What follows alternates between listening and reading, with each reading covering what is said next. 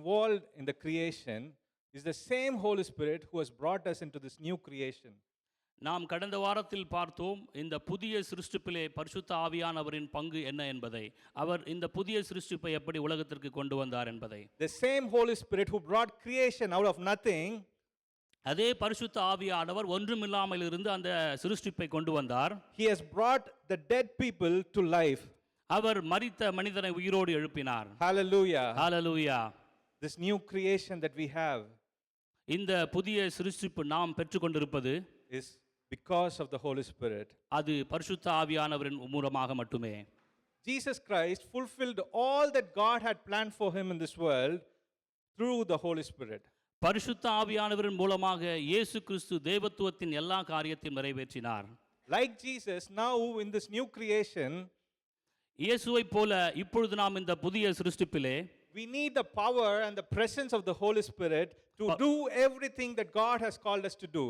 தேவன் நம்மை அழைத்து செய்ய விரும்பியிருக்கிற எல்லா காரியத்தையும் செய்யும்படிக்கு நமக்கு பரிசுத்த ஆவியானவரின் பிரசன்னமும் மகிமையும் தேவைப்படுகிறது. Jesus did miracles by the power of the Holy Spirit. இயேசு கிறிஸ்து பரிசுத்த ஆவியின் வல்லமையினாலே அற்புதங்கள் அடையாளங்களை செய்தார். He raised the dead by the power of the Holy Spirit. அவர் மரித்த மனிதனை இயேசு கிறிஸ்துவின் அந்த ஆவியின் அபிஷேகத்தினால் உயிர்ப்பித்தார். He fed 5,000 men with just 5 bread and 2 loaves of 2 fish by the Holy Spirit. 5 அப்பம் 2 மீனினாலே அந்த இயேசு கிறிஸ்து 5000 பேருக்கு உணவளித்தார். It says in Matthew 12:28 that he drove out demons by the Spirit of God.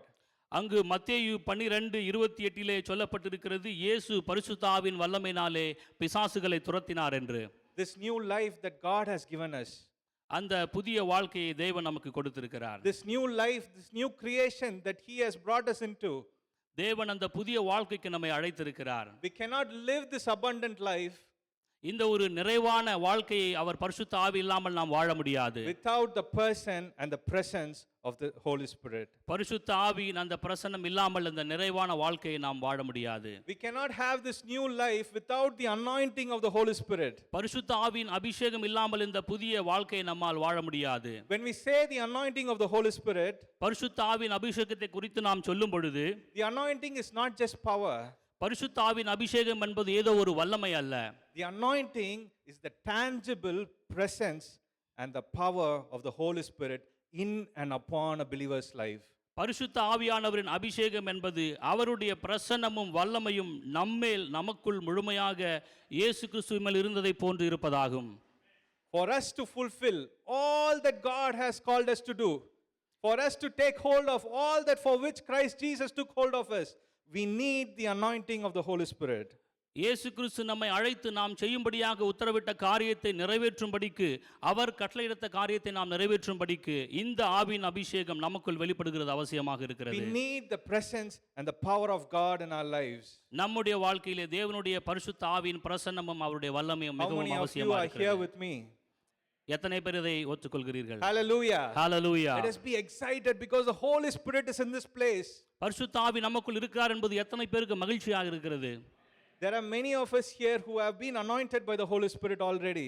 இங்க இருக்கிற अनेகர் நாம் ஏற்கனவே பரிசுத்த ஆவியினால் அபிஷேகம் பண்ணப்பட்டிருக்கிறோம். Some of you here might not have yet received the anointing of the Holy Spirit. இங்க இருக்கும் சில பேர் ஒருவேளை பரிசுத்த ஆவி இன்னும் பெற்றுக்கொள்ளாமல் இருக்கலாம். But this evening, no matter who you are, இந்த மாலை வேளையில் நீங்கள் யாராக இருந்தாலும் சரி, the Holy Spirit is calling us for a fresh anointing. பரிசுத்த ஆவியானவர் ஒரு புதிய அபிஷேகத்தை பெற்றுக்கொள்ளும்படியாக நம்மை a new அழைக்கிறார். anointing, a new encounter with the presence and the person of the Holy Spirit. ஒரு புதிய ஆவியை பெற்றுக்கொள்ளும்படியாக, ஒரு புதிய அனுபவத்தை பெற்றுக்கொள்ளும்படியாக பரிசுத்த ஆவியானவர் நம்மை அழைக்கிறார். Not just ankle deep.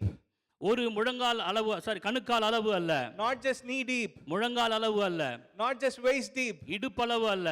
But to be submerged in the presence of the Holy Spirit. அந்த பரிசுத்த ஆவியின் நதிக்குள் மூழ்கும்படியாக தேவன் நம்மை அழைத்திருக்கிறார். Hallelujah. Hallelujah. Hallelujah. Hallelujah. God is calling us to a fresh encounter with him. தேவன் ஒரு புதிய அனுபவத்திற்குள் நுழையும்படியாக நம்மை அழைத்திருக்கிறார். A new anointing that will lead you into your calling.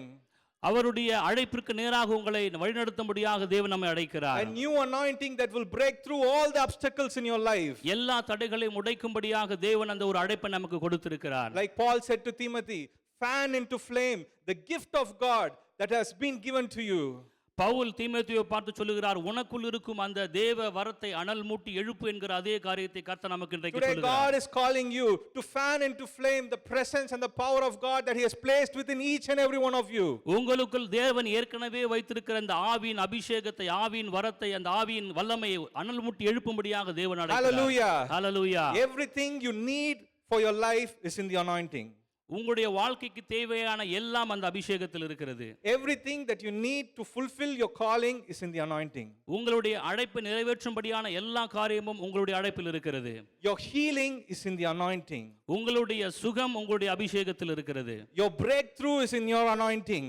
உங்களுடைய ஒரு பெரிய விடுதலை உங்களுடைய அபிஷேகத்தில் இருக்கிறது. Everything needed for you to step into your next season உங்களுடைய வாழ்க்கையின் அடுத்த கட்டத்திற்கு நகர்ந்து செல்லும்படியான காரியம் உங்களுடைய அபிஷேகத்தில் இருக்கிறது. Hallelujah. Hallelujah. Jesus Christ was fully dependent on the Holy Spirit and was anointed by Him. இயேசு கிறிஸ்து முழுமையாக பரிசுத்த ஆவியானவர் வல்லமையை சார்ந்து கொண்டிருந்தார். He carried the presence and the power of the Holy Spirit. அவர் பரிசுத்த ஆவியின் அந்த பிரசன்னத்தையும் அந்த வல்லமையும் அவர் சுமந்து சென்றவராக இருந்தார். Why do we need the anointing? நமக்கு ஏன் இந்த அபிஷேகம் தேவைப்படுகிறது? Anointing unlocks your destiny. அந்த அபிஷேகம் உங்களுடைய எதிர்கால நோக்கத்தை திறக்கிறதாக இருக்கிறது. Anointing unlocks the purpose for which God has created you in this world. தேவன் இந்த உலகத்தில் எந்த நோக்கத்திற்காக நம்மை உற்பவித்திருக்கிறாரோ அந்த நோக்கத்தை திறக்கும்படியாக அபிஷேகம் நமக்கு இருக்கிறது. Before Jesus even started His public ministry, இயேசு கிறிஸ்து இந்த உலகத்திலே வெளிப்படையாக அவருடைய ஊழியத்தை செய்வதற்கு முன்பாக, before He even performed His first miracle, அவர் அந்த முதலாவது அற்புதத்தை செய்வதற்கு முன்பாக, in order to step into the calling that God had for Jesus, இயேசு கிறிஸ்துவை குறித்து தேவன் வைத்திருந்த அந்த அழைப்புக்கு நேராக அவர் செல்லும்போது Jesus needed the anointing of the Holy Spirit. இயேசு கிறிஸ்து அந்த பரிசுத்த ஆவியின் வல்லமையினாலே அபிஷேகம் Let's பண்ணப்பட்டார். turn our Bibles to Luke chapter 3, 21 and 22. Let me read Luke chapter 3, 21, 22. லூக்கா 3ஆம் அதிகாரம் 21 22 வசனங்களை எடுத்துக்கொள்ளலாம். We see here Jesus going to John the Baptist to get baptized. And it says, when all the people were being baptized, Jesus was baptized too. And as he was praying, heaven was opened, and the Holy Spirit descended on him in bodily form like a dove. லூக்கா 3:21 22 ஜனங்கள் எல்லாரும் ஞானஸ்நானம் பெற்றபொழுது இயேசுவும் ஞானஸ்நானம் பெற்று ஜெபம் பண்ணுகையில் வானம் திறக்கப்பட்டது. பரிசுத்த ஆவியானவர் ரூபம் கொண்டு புறாவைப் போல அவர் மேல் இறங்கினார். வானத்திலிருந்து ஒரு சத்தம் உண்டாகி, என்னுடைய தேவகுமாரன் உம்மில் பிரியமாயிருக்கிறேன் என்று உரைத்தது.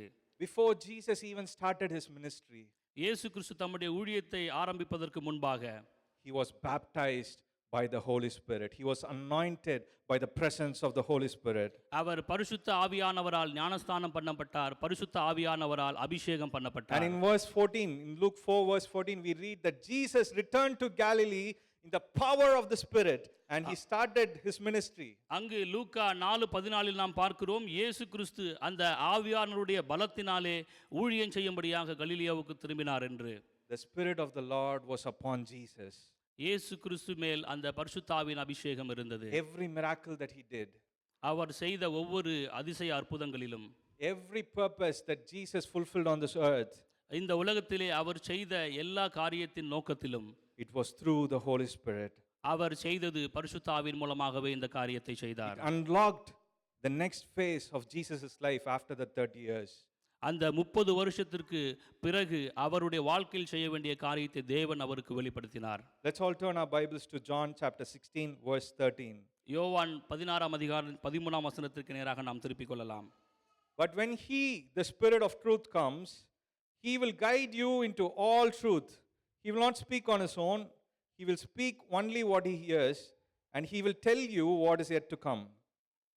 சத்திய ஆவியாகிய அவர் வரும்பொழுது சகல சத்தியத்திற்குள்ளும் உங்களை நடத்துவார். அவர் தம்முடைய சுயமாய் பேசாமல் தாம் கேள்விப்பட்டவைகள் யாவையும் சொல்லி வரப்போகிற காரியங்களை உங்களுக்கு அறிவிப்பார். I'm going to read from another translation, the Passion Translation. But when the Holy Spirit comes, he will unveil the reality of every truth within you. He won't speak on his own, but only what he hears from the Father, and he will reveal prophetically to you what is to come. இன்னொரு மொழிபெயர்ப்பிலிருந்து நான் வாசிக்கிறேன். ஆனால் பரிசுத்த ஆவியானவர் வரும்பொழுது உங்களுக்குள் இருக்கும் ஒவ்வொரு சத்தியத்தின் யதார்த்தத்தையும் அவர் வெளிப்படுத்துவார். அவர் தம் சொந்தமாக பேச மாட்டார், ஆனால் பிதாவிடமிருந்து கேட்பதை மட்டுமே பேசுவார். மேலும் வரவிருப்பதை உங்களுக்கு தீர்க்க தரிசனமாக வெளிப்படுத்துவார். Hallelujah. Hallelujah. The Holy Spirit will lead you into all truth.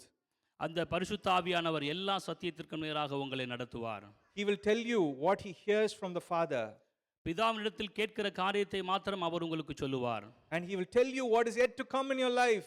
உங்களுடைய வாழ்க்கையில் அடுத்து வரவிருக்கிற காரியத்தை அவர் உங்களுக்கு சொல்லுவார். He will tell you what you are to do for the kingdom of God. தேவனுடைய ராஜ்யத்திற்கு நீங்கள் என்ன செய்ய வேண்டும் என்பதை அவர் தெளிவாக உங்களுக்கு சொல்லுவார். The anointing of the Holy Spirit பரிசுத்த ஆவியானவரின் இந்த அபிஷேகம் leads you to fulfill the purposes of God. தேவனுடைய அந்த நோக்கத்தை நிறைவேற்றுவதற்கு நேராக நம்மை நடத்துகிறதாக It இருக்கிறது. reveals the Father's heart cry. அவர் தேவனுடைய அந்த இருதயத்தை நமக்கு வெளிப்படுத்துவார். It reveals the Father's heart to us. அவர் தேவனுடைய அந்த இருதயத்தை நமக்கு வெளிப்படுத்துவார். When the Father says, "Whom shall I send? Who will go for us?" It is the Holy Spirit who will reveal that heart to you. யாரை நான் அனுப்புவேன், யார் என் காரியமாய் போவான் என்கிற அந்த பிதாவினுடைய அந்த இருதயத்தின் வழியை பரிசுத்த ஆவியானவர் நமக்கு He வெளிப்படுத்துவார். will reveal what is on Jesus' mind for his people. அவர் தம்முடைய மக்களுக்காக இயேசு கிறிஸ்துவுடைய மனதில் என்ன இருக்கிறது என்பதை பரிசுத்த ஆவியானவர் That one வெளிப்படுத்துவார். lost sheep that was lost, he will reveal it to you. அந்த இழந்து போன ஒரு ஆத்துமாவை குறித்து தேவன் உங்களுக்கு வெளிப்படுத்துவார். That ministry that God wants you to do, he will reveal it to you. நீங்கள் என்ன விதமான ஊழியம் செய்ய வேண்டும் என்பதை தேவன் உங்களுக்கு வெளிப்படுத்துவார். Sometimes he releases new anointing for the new job that you're going to have. நீங்கள் பெறப்போகிற ஒரு புதிய வேலை குறித்து தேவன் உங்களுக்கு சொல்லுவார். Sometimes he releases new anointing for the new season that he's going to take you into. நீங்கள் கடந்து செல்ல இருக்கிற ஒரு புதிய காலத்தை குறித்து தேவன் உங்களுக்கு வெளிப்படுத்துவார். He gives new anointing to raise up the children in the ways of God. நம்முடைய பிள்ளைகளை எப்படி வளர்க்க வேண்டும் என்ற காரியத்தை குறித்து பரிசுத்த ஆவியானவர் சொல்வதை அவர் உங்களுக்கு He வெளிப்படுத்துவார். gives you new anointing for the new ministry that God has called you to do. புதிய ஒரு ஊழியத்தை செய்யும்படியாக தேவன் உங்கள் அழைத்ததை அவர் உங்களுக்கு வெளிப்படுத்துவார். Like Jesus, இயேசு கிறிஸ்துவுக்கு எப்படி வெளிப்படுத்தப்பட்டதோ we need the anointing of God நமக்கு அந்த பரிசுத்த ஆவியானவரின் அபிஷேகம் தேவைப்படுகிறது. to fulfill all that God has for us. தேவன் நமக்கு வைத்திருக்கிற எல்லாவற்றையும் நிறைவேற்றும்படியாக அந்த அபிஷேகம் நமக்கு தேவைப்படுகிறது. How many of you are excited?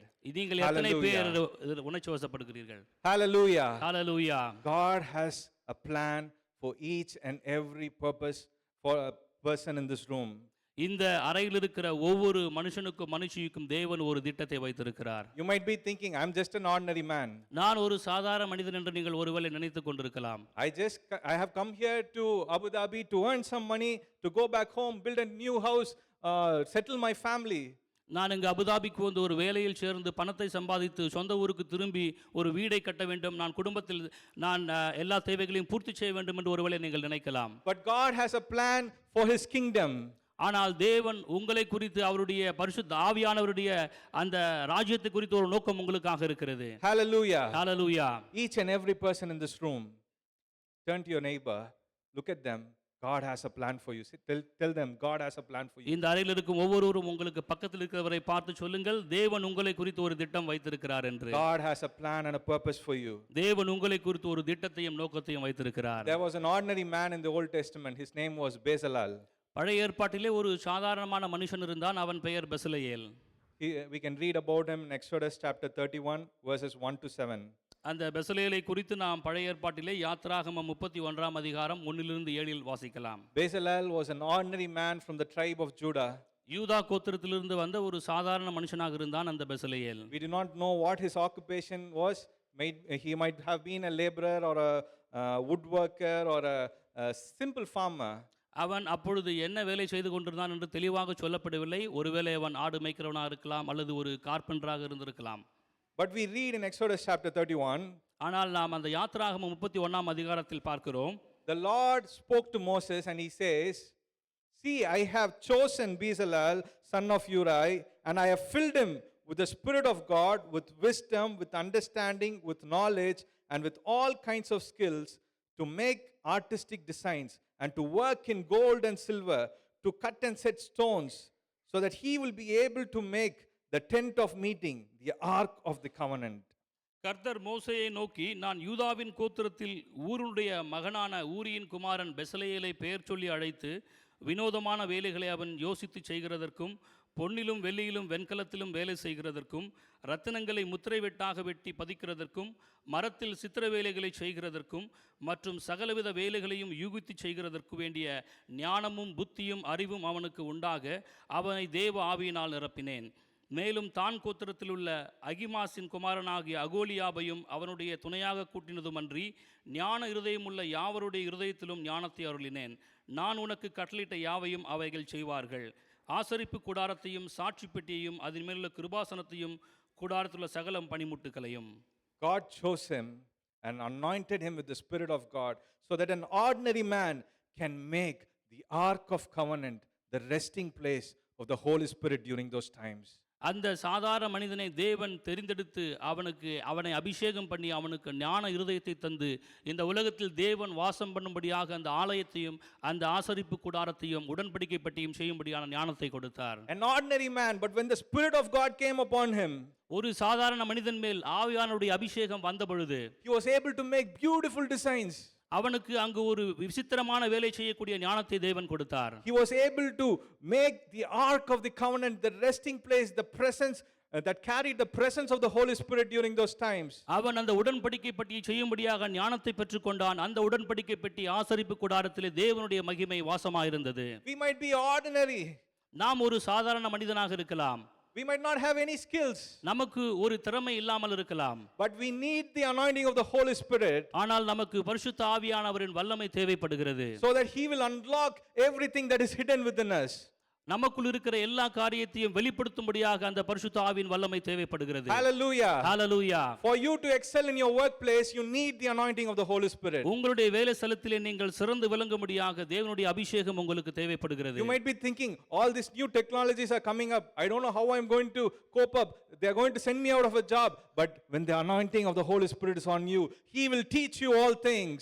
புதிய புதிய தொழில்நுட்பங்கள் வந்து கொண்டிருக்கிறதே, எனக்கு அந்த காரியத்தை நான் எப்படி படித்துக் கொள்ள முடியும் என்று ஒருவேளை நீங்கள் யோசித்துக் கொண்டிருந்தால் பரிசுத்த ஆவியானவரின் வல்லமை உங்களுக்கு உதவுகிறது வேலைகள் சிறந்து விளங்கும்படியாக. Hallelujah. Hallelujah. Hallelujah. Hallelujah. Even while we are speaking, நாம் பேசிக் கொண்டிருக்கும்போது, நாம் பேசிக் கொண்டிருக்கும் பொழுதே the Holy Spirit is moving among us. நமக்கு மத்தியில் பரிசுத்த ஆவியானவர் உலாவிக் கொண்டிருக்கிறார். We need to catch the fire of the Holy Spirit. அந்த பரிசுத்த ஆவியின் அக்கினியை நாம் பெற்றுக்கொள்ள வேண்டும். You need to get hold of the presence and the person of this Holy Spirit. அந்த பரிசுத்த ஆவியானவர் நாம் இறுக பிரித்துக் கொள்ள வேண்டும். Another person, we all know about King David. நாம் இன்னொரு மனிதனை குறித்து மிக நன்கு அறிந்திருக்கிறோம், தாவீது ராஜாவை குறித்து. But before he was King David, he was an ordinary shepherd boy.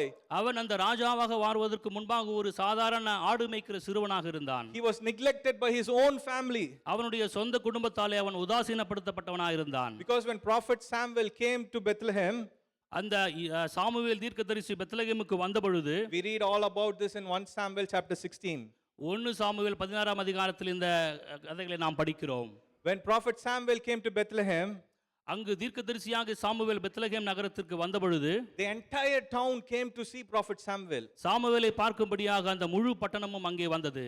The entire family of David, the sons of Jesse, they were consecrated for a special meeting with prophet Samuel. அங்கு தீர்க்கதரிசியாகிய அந்த சாமுவேலுடன் ஒரு சிறப்பான ஒரு கூட்டத்திற்கு ஆயத்தப்படும்படியாக ஈசாயினுடைய எல்லா குமாரர்களும் பிரதிஷ்டை பண்ணப்பட்டு அங்கு அழைத்து வரப்பட்டார்கள். All the sons of Jesse were there for that special meeting, but David was not there. ஈசாயின் எல்லா குமாரர்களும் அங்கு அழைக்கப்பட்டிருந்தார்கள், ஆனால் ஒருவனை தவிர, தாவீதை தவிர. David was not invited. தாவீது அங்கு அழைக்கப்படாதவனாக இருந்தான். David was neglected by his own family. அவனுடைய சொந்த குடும்பத்தால் அவன் புறக்கணிக்கப்பட்டவனாக இருந்தான். But God calls David. ஆனால் தேவன் அங்கு தாவீதை அழைக்கிறதை நாம் பார்க்கலாம். And when the anointing of the Holy Spirit was on David, தேவனுடைய அந்த ஆவியின் வல்லமை தாவீதின் மேல் வந்த பொழுது, an ordinary shepherd boy, ஒரு சாதாரண அந்த ஆடு மேய்க்கிற சிறுவன், to one of the greatest kings of all Israel. இஸ்ரவேலுடைய அந்த வரலாற்றிலே ஒரு மிகப்பெரிய ராஜாவாக ஒருவனாக அவன் மாறினான். Hallelujah. Hallelujah. An ordinary person, ஒரு சாதாரண மனிதன், but to fulfill the great calling that God has for you.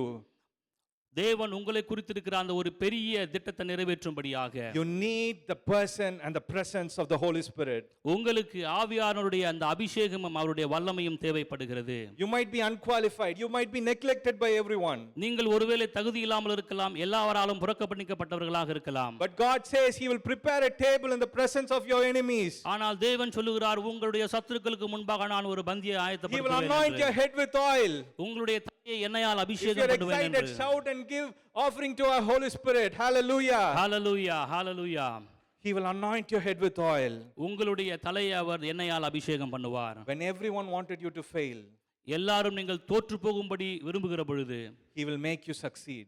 தேவன் உங்களை ஜெயிக்க செய்வார். He will make you the head and not the tail.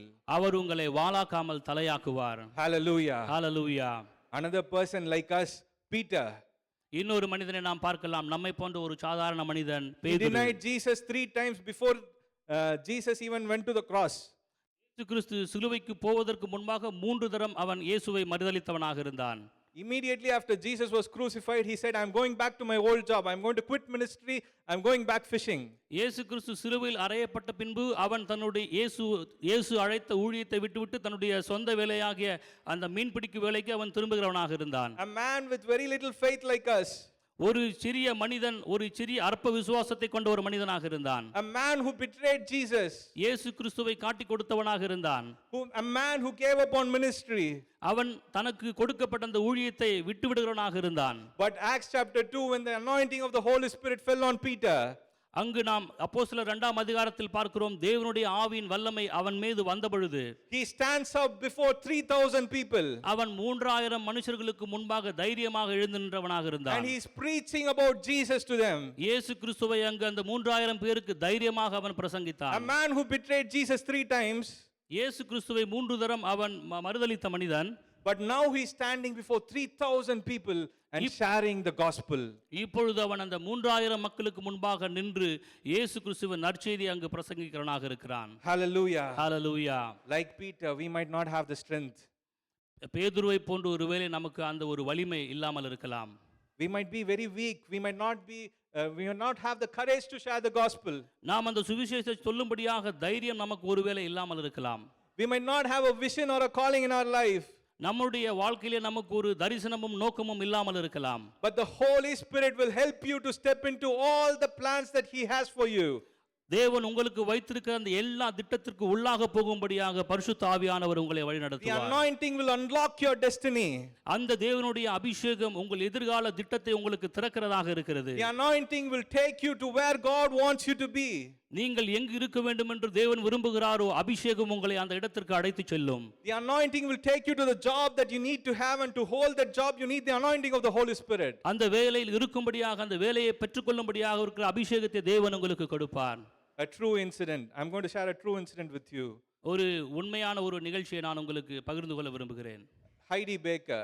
Some of you might have heard about Heidi Baker. Heidi Baker என்கிறவரை உங்களுக்கு ஒரு வேளை சிலருக்கு தெரிந்திருக்கலாம். She is a very anointed minister of God. She is still alive today. அவர்கள் இன்றைக்கும் உயிரோடு இருக்கிறார்கள். அவர்கள் தேவனால் அபிஷேகிக்க பண்ணப்பட்ட ஒரு வல்லமை உள்ள ஊழியக்காரி. She was married to a person called Roland Baker. Roland Baker என்பவரை அவர் மடமுடித்திருக்கிறார். And both of them, they came into full-time ministry. They wanted to do ministry full-time. அவர்கள் 2 பேரும் முழு நேர ஊழியத்திற்காக தங்களை அர்ப்பணித்து அந்த ஊழியத்திற்கு வருகிறார்கள். First, they went to Indonesia. அவர்கள் முதலாவதாக இந்தோனேசியா தேசத்திற்கு சென்றார்கள். They planted a church. அங்கு ஒரு சபையை அவர்கள் ஸ்தாபித்தார்கள். And they started to minister. அங்கு அவர்கள் ஊழியம் செய்ய தொடங்கினார்கள். But nothing happened. அங்கு ஒன்றும் நடக்கவில்லை. No fruit in ministry. ஒரு கனியும் அங்கு கிடைக்கவில்லை. Not even one believer. ஒரு சாதாரண ஒரு விசுவாசி கூட அங்கு கிடைக்கவில்லை. They were so disappointed. They were so discouraged. அவர்கள் மிகுந்த ஏமாற்றத்திற்கு உள்ளானார்கள், மிகுந்த மனமடிவானார்கள். Next, they closed that church and they went to Hong Kong. அவர்கள் அந்த ஊழியத்தை அங்கு நிறுத்திவிட்டு ஹாங்காங் தேசத்திற்கு சென்றார்கள். And there they started a ministry. அங்கு அவர்கள் ஊழியத்தை தொடங்கினார்கள். But they were not able to do anything even in Hong Kong. Hong Kong போன பின்பும் அங்கு அவர்கள் ஊழியத்திலே எதையும் செய்ய முடியவில்லை.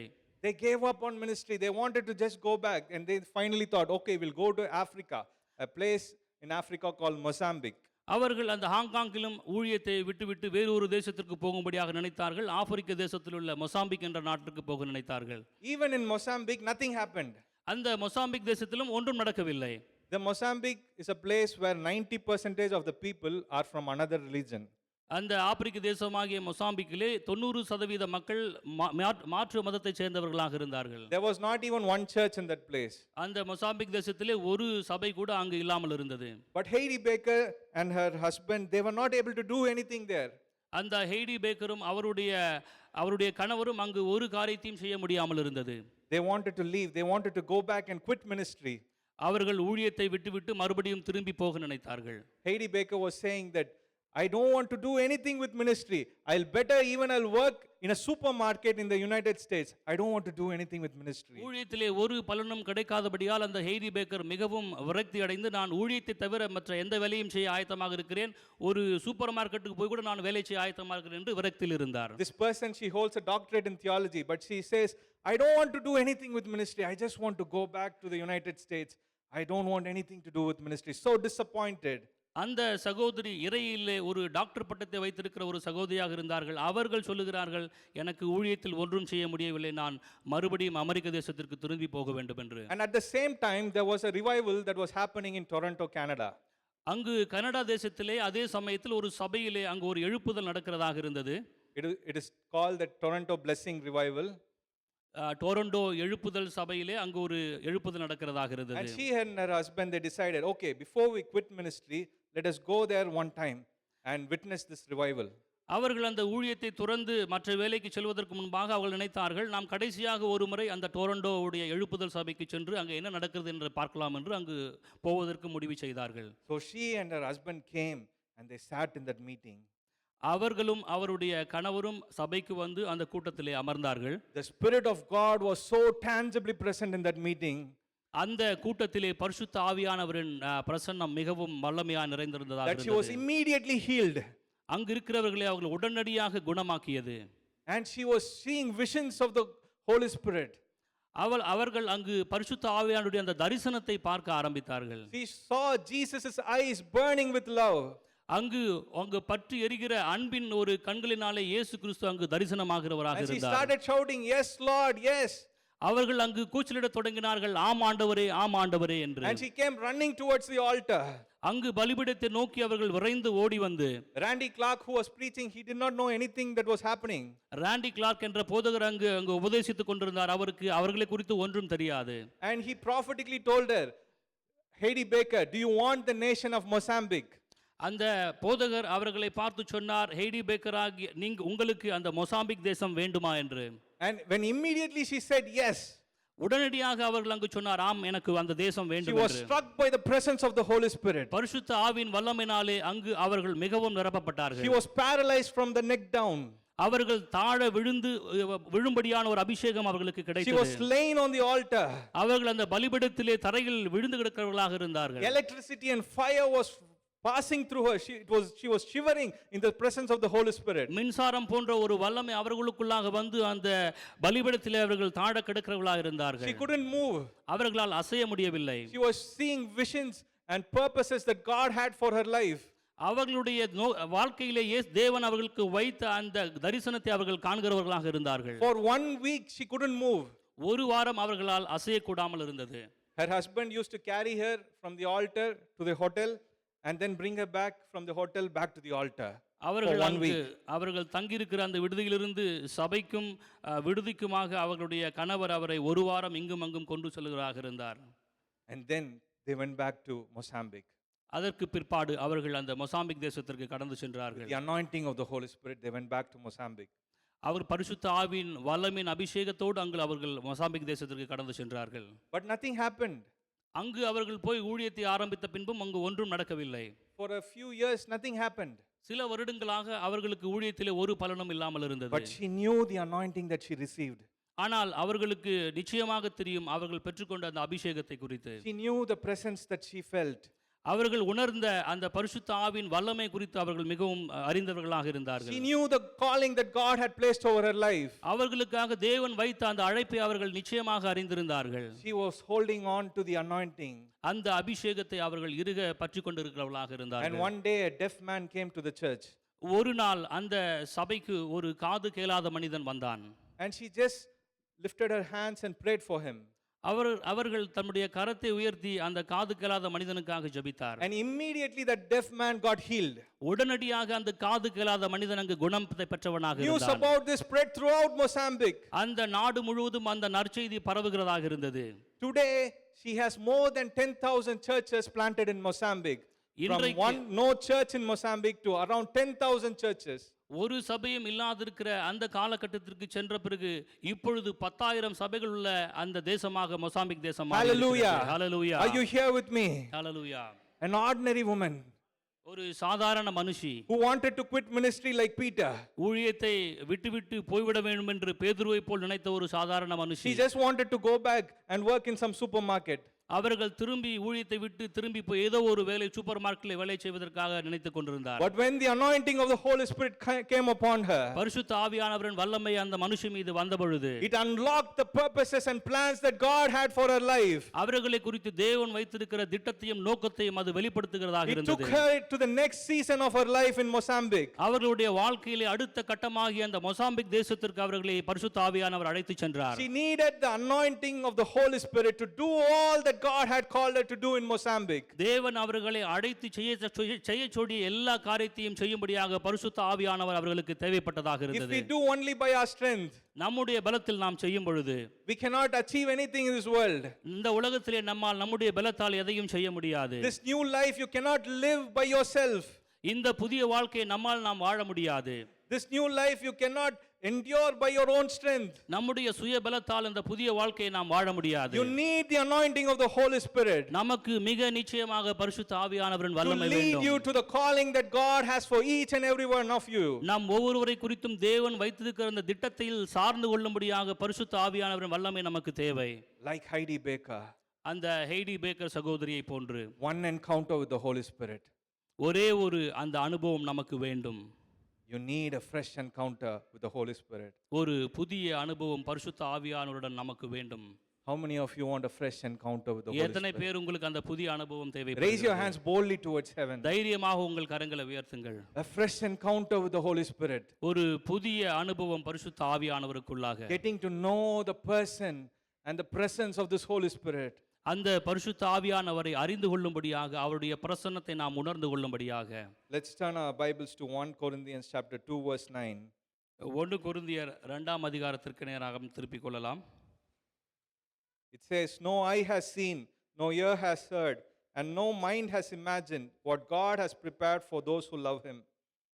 1 கொரிந்தியர் 2:9-10 எழுதியிருக்கிறபடி தேவன் தம்மில் அன்பு கூறுகிறவர்களுக்கு ஆயத்தம் பண்ணினவைகளை கண் காணவும் இல்லை, காது கேட்கவும் இல்லை, அவைகள் மனுஷனுடைய இருதயத்தில் தோன்றவும் இல்லை.